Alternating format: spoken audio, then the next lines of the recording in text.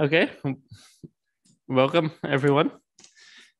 So I'm going to talk about the power of JuliaGeo. So this is a plenary session. I am going to show some code and some slides.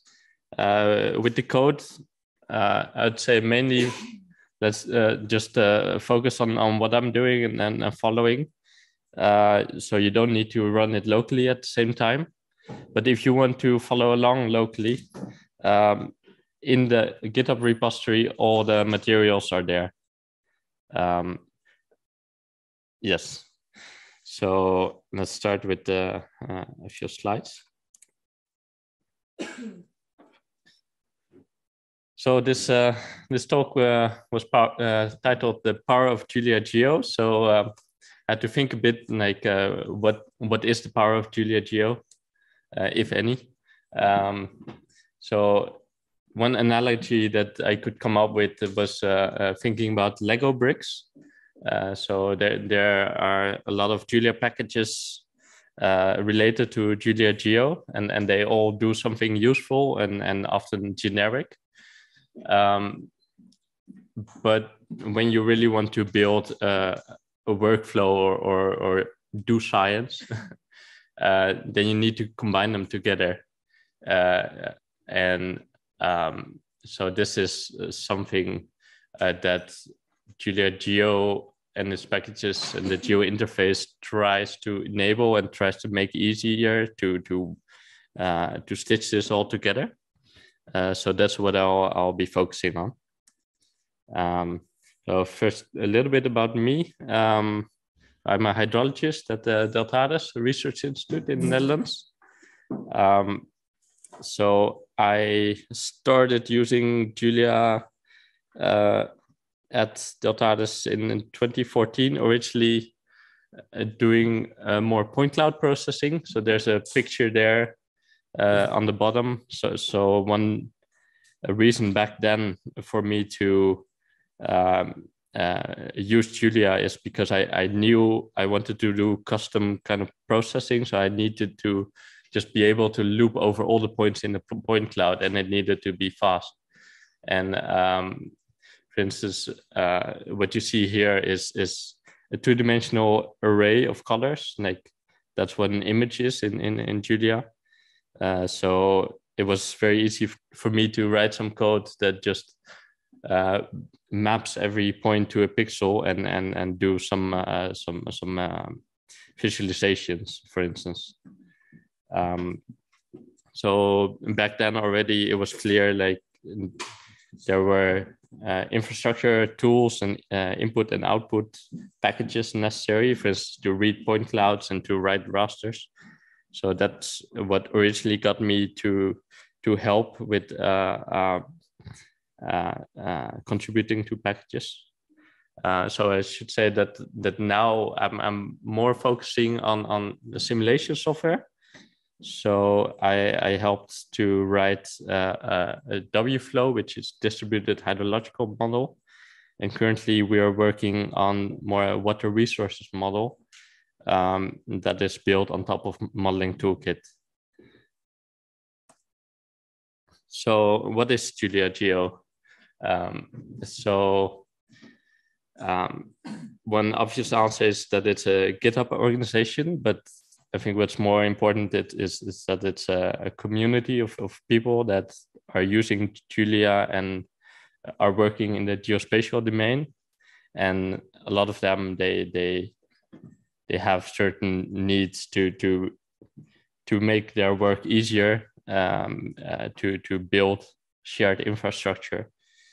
So basically since 2014, I think I just went back into the archives actually a little bit, looking at the old, like this is Fabian Gans back in 2014 suggesting, hey, let's set up a mailing list together so that we can discuss what we should build. And that's had been done. And then a year later, we had a bunch of packages that were useful for geospatial data processing or input output. And we decided that it's good to set up JuliaGeo and to move some packages into there and then try coordinating a little bit better. So there's this website, JuliaGeo.org. It could use more work, but one of the useful things there is that we try to list packages that are useful for geospatial workflows. So not all of them are inside of the GitHub organization. Some are inside, some are outside, but that doesn't really matter in the end. Putting things inside a GitHub organization can be useful to, if you want to do maintenance together or things like that. So this is the GitHub organization. So right now there are 25 repositories in there. Some actively developed, some are already archived. And I should mention, like on this course, there's under domains, there's a geo category that you can use to reach out to the community, as well as on Slack. I list here a few other GitHub organizations that have similar goals, and the goal of JuliaGeo is not to be on an island, but to be well integrated with the rest of the Julia packages that are out there. So for instance, Julia Images, it was set up by people that were doing microscopy, and so on the tiniest scale, but the code is generic and it works just as well on the larger scale, which is Earth observation data. That's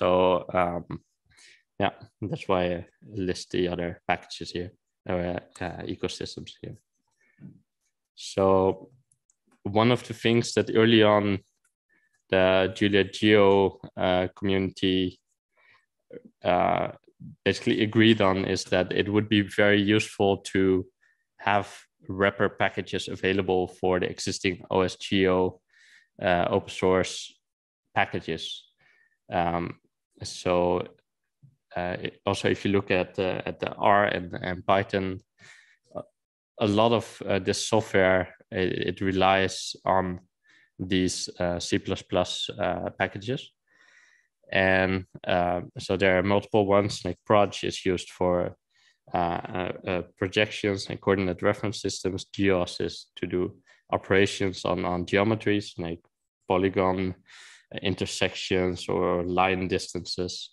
And GDAL actually makes use of both of that and adds input and output for many different file formats, both a raster and vector data. But JuliaGeo is not limited to this, because while it's very useful to have these packages available, sometimes there also can be advantages to having things in pure Julia code, for instance. So we have both in JuliaGeo. So directly to skip to like what could be improved in JuliaGeo. I should mention that one of the reasons that I'm excited to be here is that I think for a lot of the JuliaGeo folks that it's the first time they really meet each other in person. So already after just one day, at least I am like full of new ideas and inspiration. And we discussed, for instance, that maybe it's time that we actually made a roadmap and start writing down some of these ideas. And as I mentioned right at the beginning already, something that could be improved and could make it a bit more accessible, I think, to a lot of people is to work on cross-package workflow documentation. So to go back to the Lego bricks, like how do you combine them to build something cool like Penguin? So that's actually what I'm going to focus on in my demo. I'm just going to do some geospatial data analysis, I guess, as a way to show you how you encounter different packages, how you can use them together, using, for instance, the Geo interface package. So I'll switch to that next.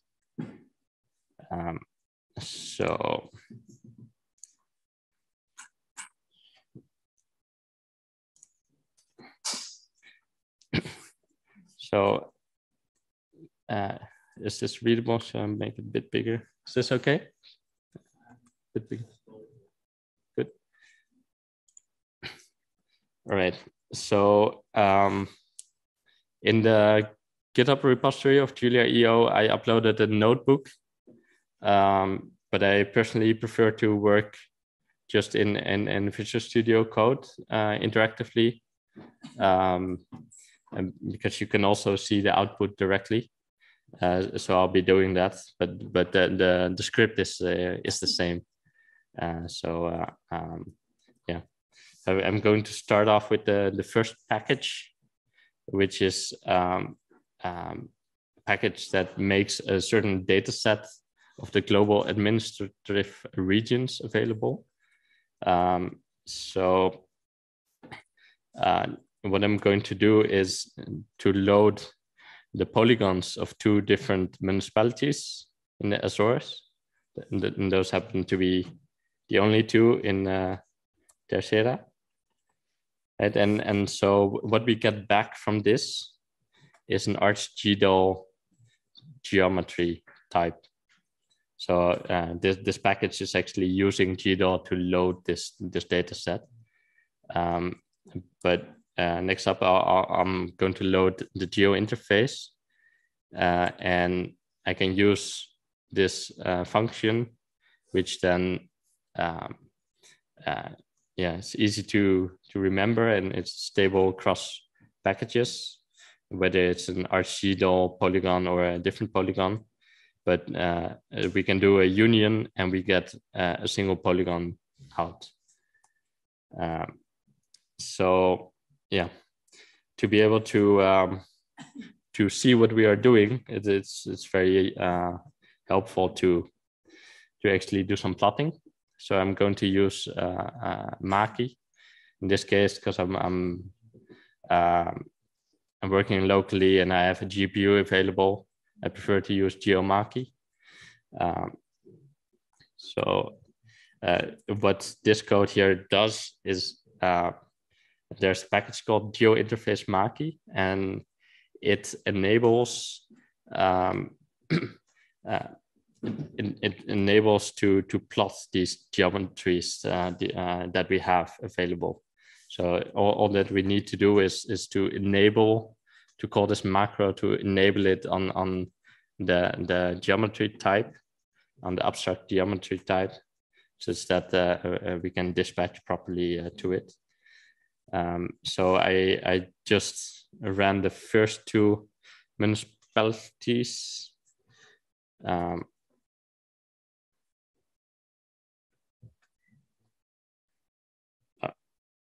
It's not displaying now.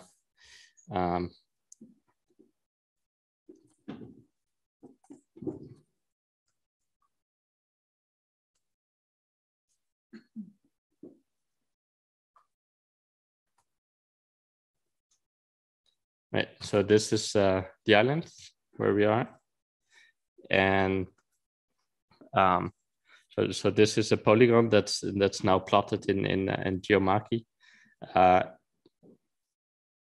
If you zoom in here, you can see how detailed this polygon really is. I think it's around 15,000 different coordinates.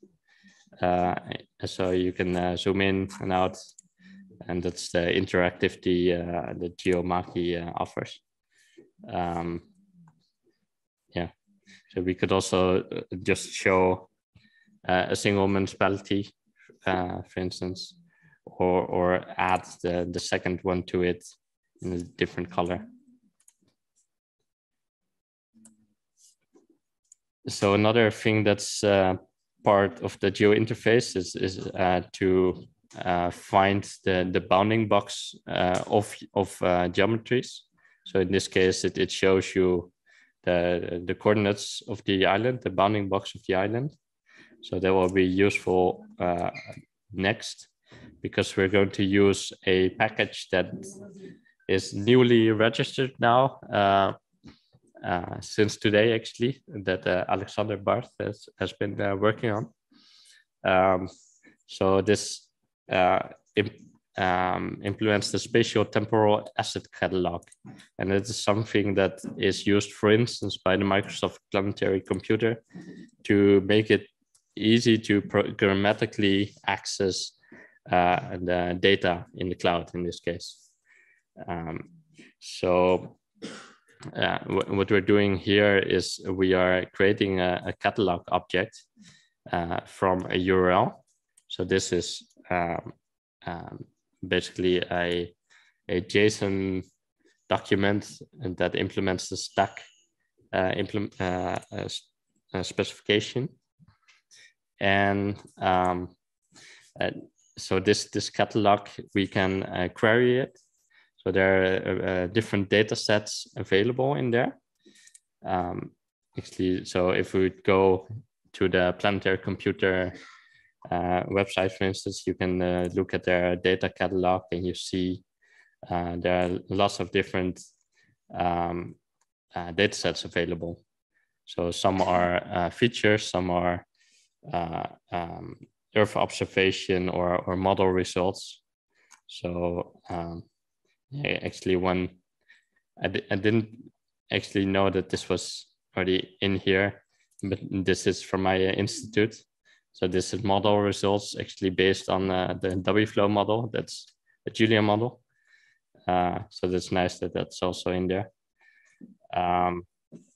So we have the catalog, and the sub-catalog that we're going to look at is the Sentinel-2 imagery.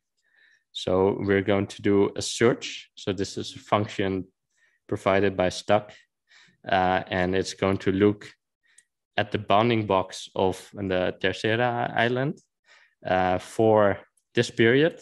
So that is last summer, basically. And it's going to collect all the items.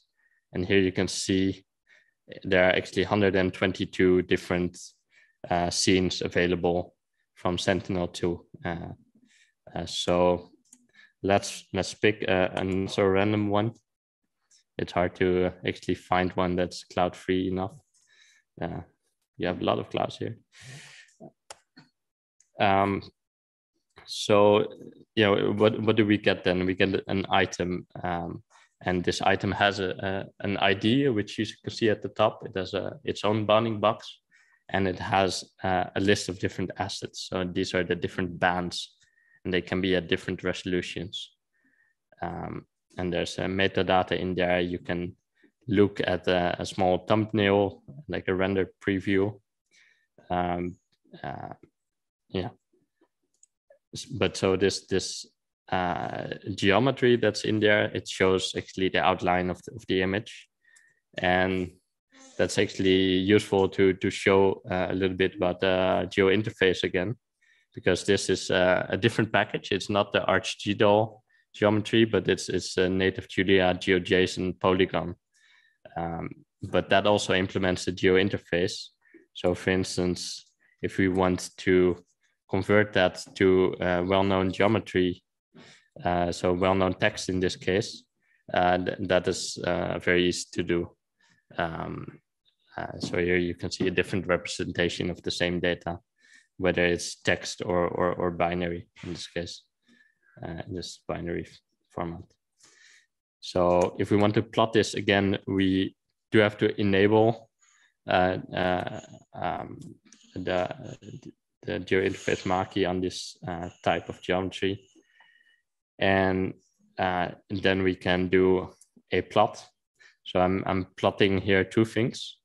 So I'm plotting the extent of the image that we have, but I also want to know hopefully Tercera is inside that image. That's what I want to check. So I'm plotting the island inside. So let's have a look. And indeed, we can see that it falls inside.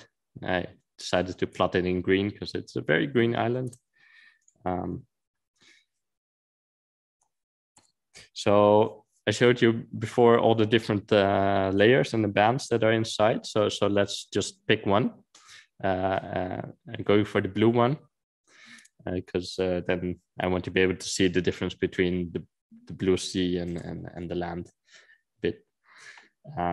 So to get this data, so you for none of this you need an account with Microsoft, but to get the actual data, so for the metadata you don't need to authenticate or anything, but to get the actual data they want you to create a token, and this is a token that basically the way it works is this asset has a certain URL available. So this, in the end, it's just a .tiff, but we have to generate this token for this catalog, and that looks like this. So there are two things in here. First, there's a long code, and then you see the expiry time. So that's just like 1 hour, I think, that you have until this expires. So that's why I think it's safe to show this token. So this token we basically append it to the URL as a query, and then we can directly read it into ArchGDO actually. So if you prefix this VSI curl, then ArchGDO will directly pipe it in through curl from the internet. So we get a GDO dataset back. And it's important to note that you see here the metadata of the file, but it did not actually download any of the data yet, because you can see it's 10,000 by 10,000 pixels, or 11,000 by 11,000. So it is quite a lot of data. And yeah, to avoid having to wait for that to come in, I don't want to download the entire thing. There's only one layer in there, only one band. So let's take it out. And what I'm doing now is, so this GeoTIFF is what's called a cloud optimized GeoTIFF. And what that means is that it's easy to use a HTTP range request to only download a subset of the data when you need it, so to get only the data that you want. So internally it's tiled up in 22 by 22 windows. So if we pick one, again very randomly, of these windows, then we get the indices that apply. And so we can, if we do get index on the band using these indices, we get the raw data back for only this tile. So this is, it was very quick because it's not much data anymore, but this is the actual data. So one thing that we did lose here is the metadata. So it's just a plain matrix. So it would be nice to maybe integrate this well with, for instance, rosters.jl, because it has more tools to make sure that you don't have to permute the dimensions and rotate it to get a heat map that's not upside down. This, well, maybe you recognize where we are. I think we're right here, right? This is Hotel Caracol. Yeah, tomorrow morning, here, anyone? Right, so that showed how to get some raster data in. Next, I want to move to show a little bit about coordinate transformations. So like I showed earlier, GDAL uses proj, but we also wrap proj directly. So if you want just a lighter dependency to just do coordinate transformations, then you can do that directly. So here's an example of a transformation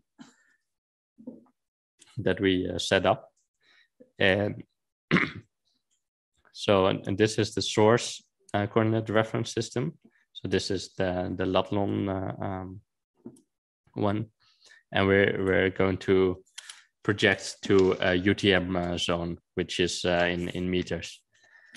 And always XY is important to ensure that that is always the order of the coordinates, because otherwise it will depend on whatever the authority decides, and the EPSG likes it the other way around for some reason.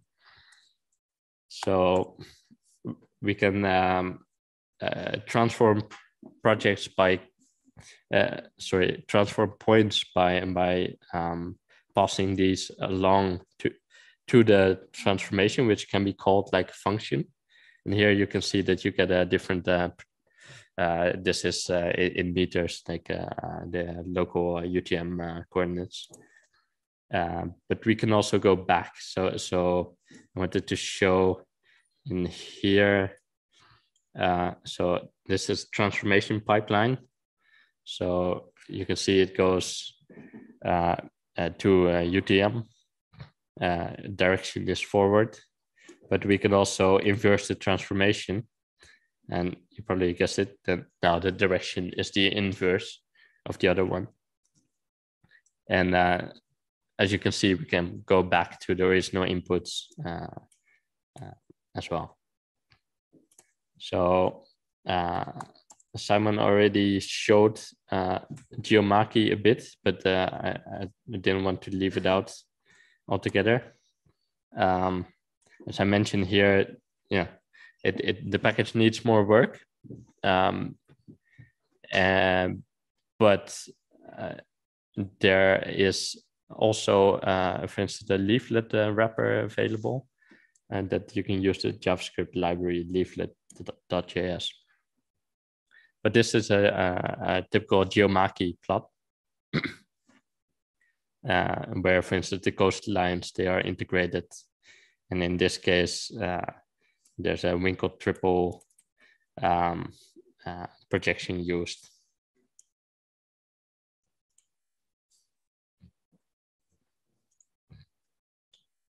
So this is more about going forward, some things that I am excited about myself. So there's the Apache Arrow initiative and Parquet.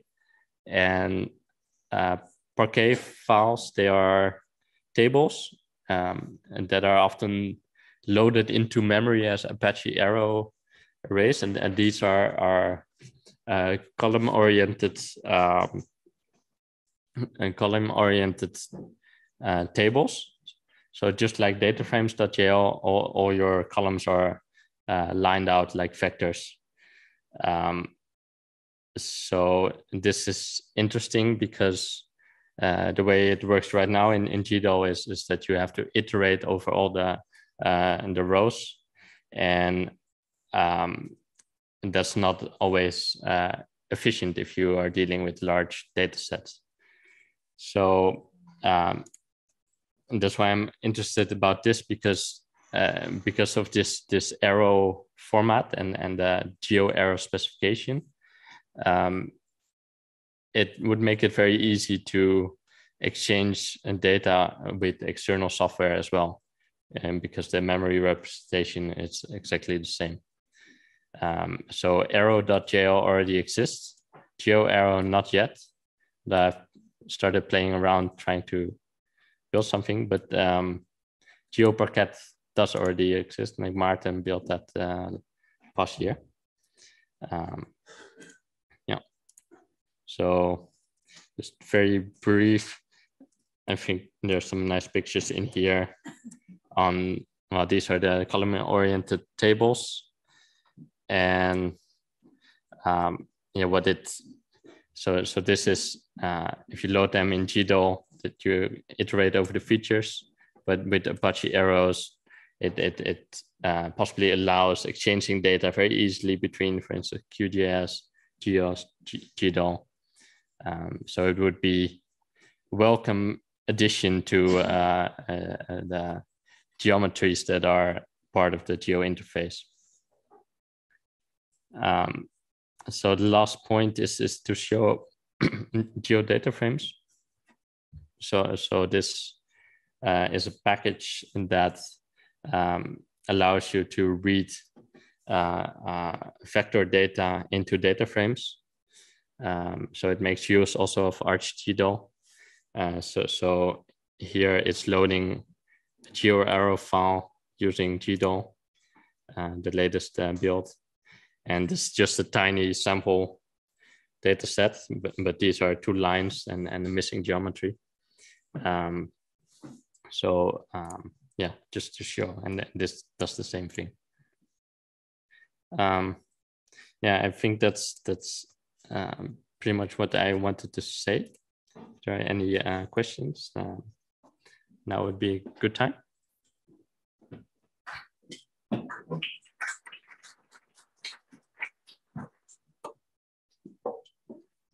Yeah.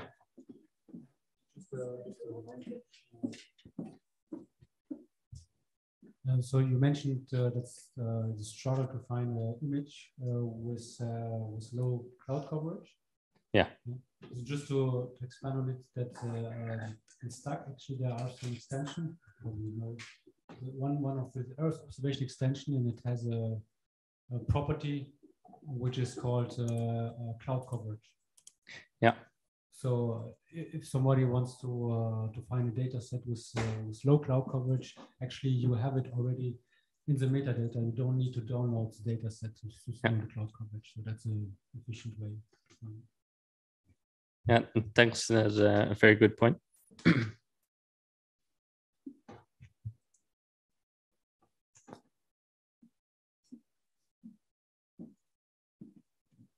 So one thing that I didn't show, because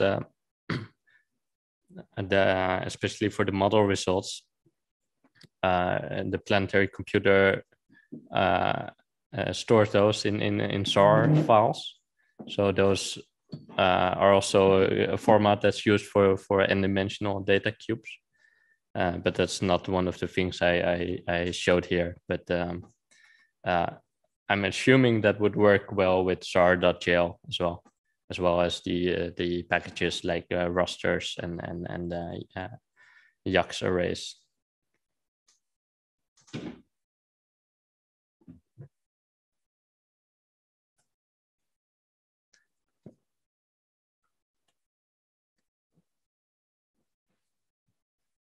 Right. Thank you. Cal, yeah.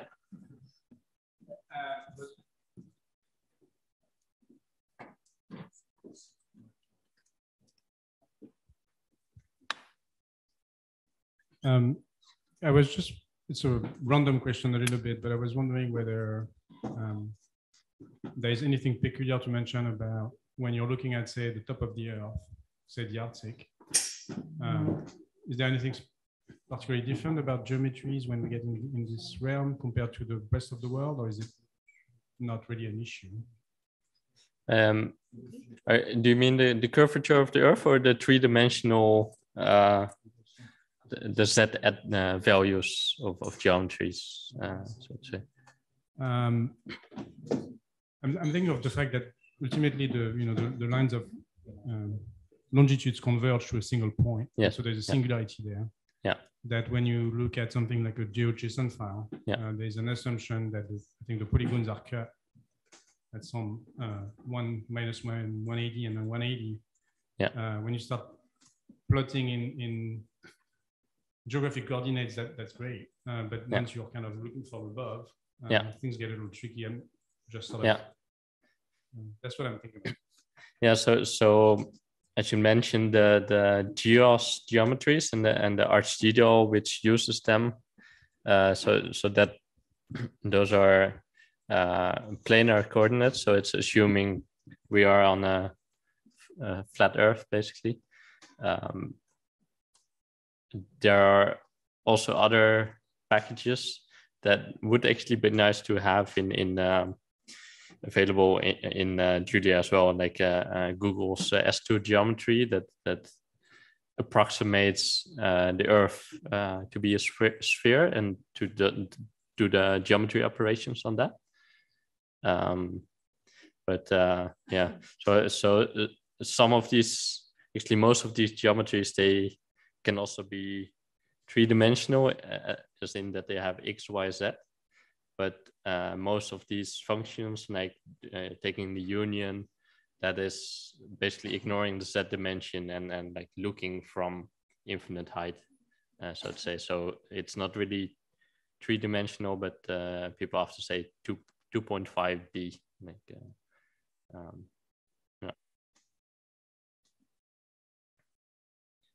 Okay, thank you.